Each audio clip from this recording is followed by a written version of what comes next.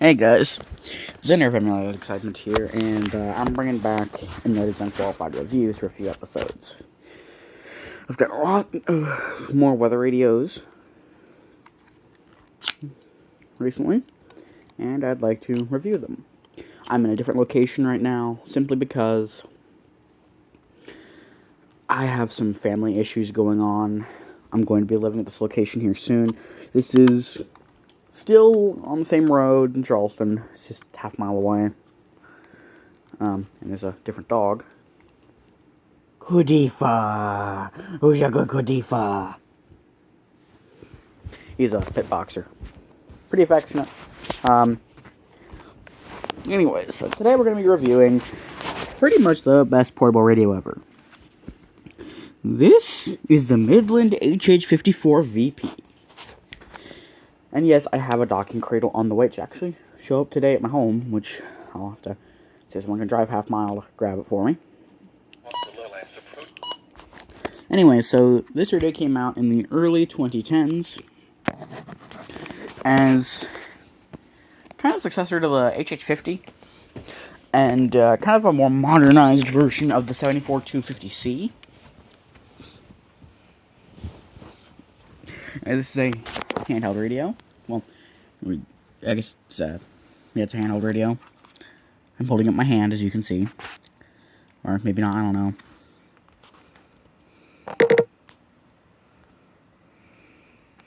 know. It has SAME detection. You can store up to 9 counties in its alert memory. Well, sorry, in its county memory area.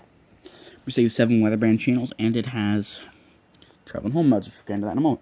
Taking a look at the design of the radio itself, it's quite nice looking. You have this display on the front with this pleasant backlight. It's not the brightest thing ever, but it doesn't matter.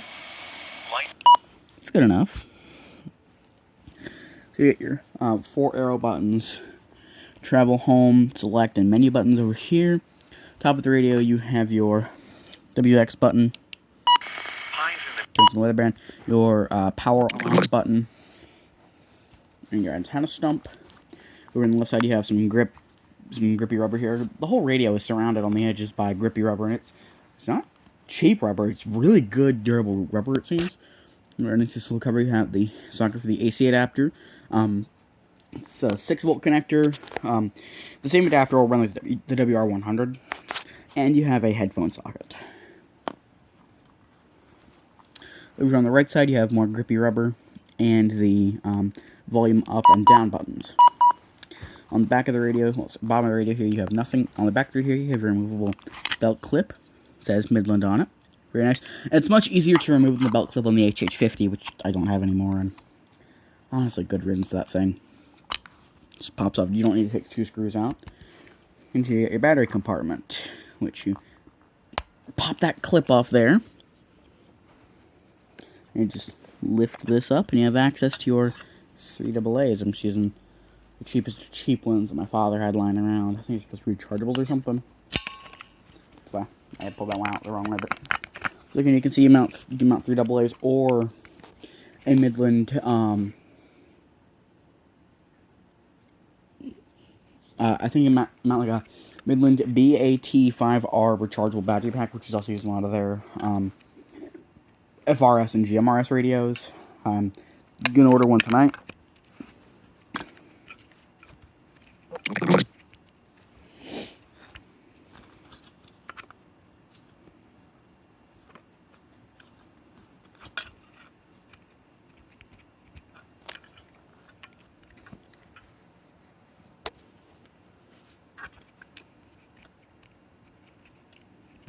And let's put the other 2 crap batteries back in. These run the radio. They're not good, not high capacity. So I tend to run this thing off the AC adapter so far. I mean, I just got the thing yesterday, but I feel like I know enough about it to do a review. If I don't, well, shoot me. By the way, I bought this radio on eBay from Pittsburgh AS Antonio Seri. You can find him on eBay as Seri Buys and Sells. I'll have links to his eBay store and YouTube channel, Pittsburgh EAS, which is EAS channel, in the description below. Go give him a sub, and follow him on his eBay store. He sells weather radios, and almost anything, not just weather radios, but almost anything else. So recently I got this DS Lite. Don't know what color it is. It works. I need a charger for it. I know for a fact that it works because if I open it up here and hit the power switch,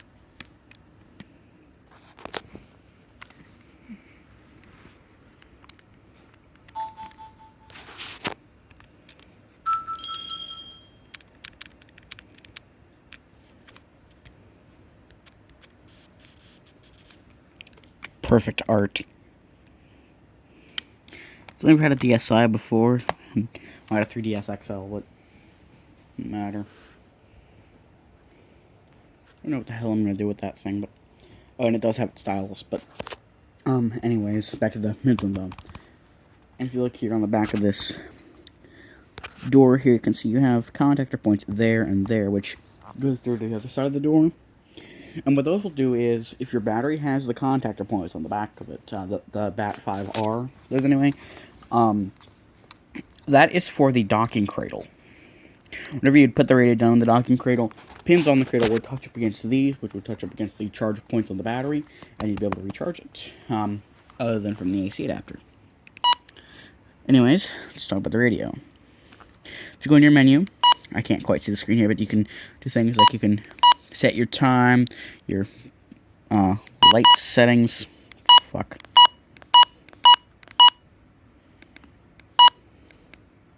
You can turn the beep off if you'd like.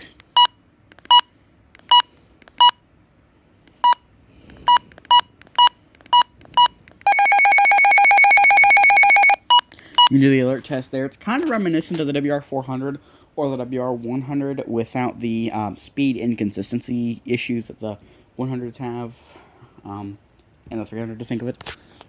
I think it's pretty much a portable WR100. Just without the capacitor issues, seemingly anyway. You can set your channel in the menu. Fuck. Variable wind.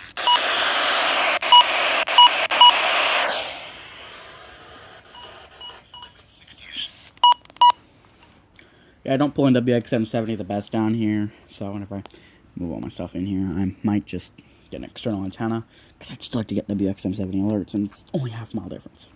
And you also have this, I forgot to mention, hand strap on the top of there, so you don't drop it. You can set up your same county code. This is not a database of the counties like the 519 or the WR400 does. You have to know your county code, but you can get that super easily and put it on the radio. I mean, you have to do it with the WR120 as well. This does not have the defeat siren function that WR120 has, along with other radios like the 400 and the recoms and stuff, or even the alert works, which I'll be doing one soon, review on that soon, because some of the radios I got recently, I have an ER10VP coming, which I also bought from Antonio. I have a Recom R1650C that I cannot seem to figure out how to program. I'll find out eventually. It's up at the house. Works great. I mean, it's a Recom. I have a WR120EZ that I got on Fleabay. I think I won the auction, or was it an auction? I'll look and see. I forget if it was an auction or a bid. I think it was an auction, but regardless, because I kind of wanted to get a WR120B, because I know the EZ takes a little bit longer to get in and out of the menu and stuff, but I found an EZ. It's the more popular WR120 models that I've seen anyway. It's a WR120. And I have an AlertWorks EAR10 Black. I'd like to get a white AlertWorks to go with it, but black is good enough for now. In addition, I've also got the Midland 74200 and a Radio Shack 12-250. It's okay, little buddy. We'll get to you soon. Anyways, the HH. The speaker is pretty similar to the little tiny speaker it has. Storms are expected to fire across the area each afternoon as low-level moisture decreases. Some of these storms may produce locally heavy downpours. Temperatures will start to moderate some by the end of the week, falling back down to around seasonable. Now, for the official national... This transmitter has a rather extreme high-pass filter applied, so it won't sound that good. But I'm sure if you were to hook it, listen to a different no other radio transmitter, would actually have fairly decent. Of course, you're not going to be listening to music on this thing. It's meant for weather broadcasts and alerts and stuff. But even then, the speaker on it's so small, it doesn't get too loud, but it's loud enough. Light and variable winds. Sunday, mostly sunny with a... I mean, the alert's loud enough. Fuck. Fuck! Lows of...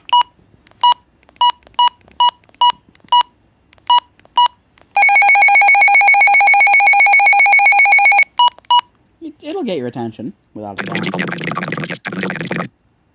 Oh, something happened to the package. Thanks, after shit. So let me refer to it.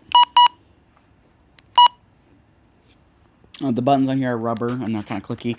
They're more similar to the WR120 or WR400 buttons rather than the WR100s, because there's actually a clicky button on the board as opposed to just the membrane, so it's like if you were to take like, the function buttons on a TV and then just put like a rubber layer on top of them. Talk about reception, let me step outside. No, actually, no, I'm not going to step outside. The dog will get out, and I don't want him to get out. I'm the only one here right now. But let's just talk reception. The one thing that sucked about this radio compared to the lowly HH50 is the HH50's little stumpy antenna could be pulled out a little bit. Granted, when pulled out was about as long as the HH54 antenna, but Midland should have really replicated that with the 54, but no matter, it gets a good enough reception as is. I can pull in WXM70 up at my house, perfectly fine. See what I can pull in here. Just head out to the breezeway and see what I get out there.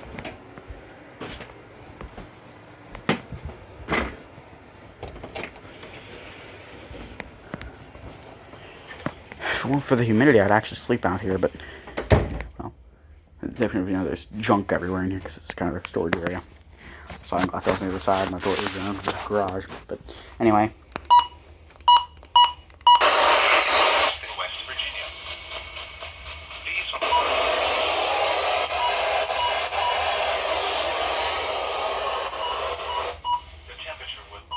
Okay, this room sucks for reception.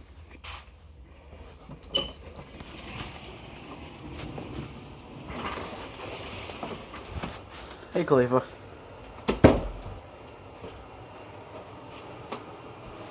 Try heading over to my cousin's, Lucas's room. Bentley, sunny and 73 degrees. And Logan, fair and 77 degrees. And Elkins, sunny, 75 degrees. In Morgantown, mostly sunny and 80. At Parkersburg, sunny, 81 and 9 degrees.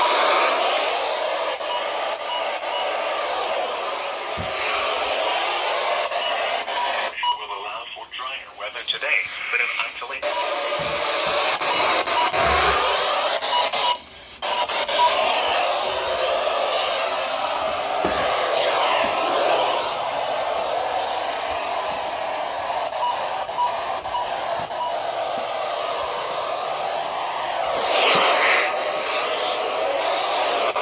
Storms are expected to fire across the... may produce locally heavy... So I guess I can't pull a WXM70 here. Maybe if I had an extra antenna or this is a cinder block house, so reception's not going to be the best in here, anyways. The AM/FM radio reception isn't the best in here, but that's okay. So I'm going to recliner it relax a little bit and not put the footrest up though. Let's talk about the Travel's home button. So this TR/HM button here, if you push it, doesn't do anything. Mostly clear. But Lows in the if you lower hold 60s. it, Light and variable winds. 20% chance of showers. Highs in the... what it did there, it wouldn't typically do that. Like, it typically do that silently if you didn't have the broadcast on or if you held the button down. What it did was that scanned through all 7 channels and stopped on the one that had the strongest signal. And this is used for, like, if you're, like, let's say you're driving. It will automatically switch over to the strongest no weather radio transmitter, and then whenever you get back home, you just drop something back on the charging cradle. Set it back to home mode. Chance of rain. Went back down. I don't know what it does with the same codes. Fuck you, 200.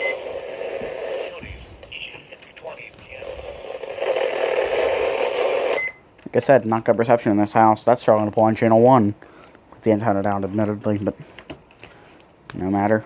So, anyways, final thoughts on the HH54VP. Should you get one? Oh, hell yes. This is pretty much the best portable radio money can buy. It has same detection, you can filter for counties and stuff. It gets pretty good reception. Like I said, I'm in a block home right now, so I can't really get the best reception in here. But fuck off, Scotty. But anyways, this thing, it's fairly compact. You can just clip it onto your belt, stuff, and it'll let you know whenever there's an alert issued. You can set it just to display mode. You can use this thing as an alarm clock, which is good. Can't say that about the HH50. So this thing, I'd give this like a 9.5 out of 10.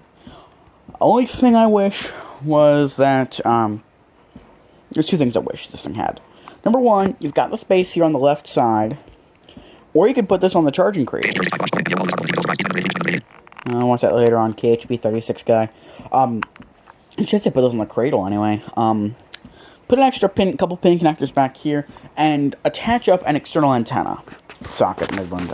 You really should, just on the cradle, anyways, because let's say you live at home. Well, so, like, let's say you're home with this radio and you want to get alerts, and you don't have a tabletop radio like a WR120 or WR400. If you can't get better reception, then you're kind of SOL, because you don't have an external antenna socket. Whereas with a lot of the other radios, you do have an external antenna jack. So if you're not getting a good signal, you just hook up an 18259W, and you'll be right on your way to receiving tons of channels. The only other thing would be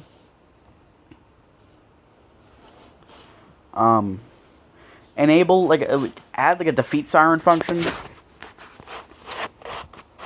And, well, that's just about it. Really, this was a version 16. There's, version 15s and 14s. The 15s are uncommon. The 14s are pretty rare. Pretty much what's different is a couple of slight firmware changes, and the button beeps and the sirens sound kind of different. Mainly between the V15 and the 16. The 16 is the most common one you're going to run across. Anyways, so yeah. Buy an HH54VP, and thanks for listening.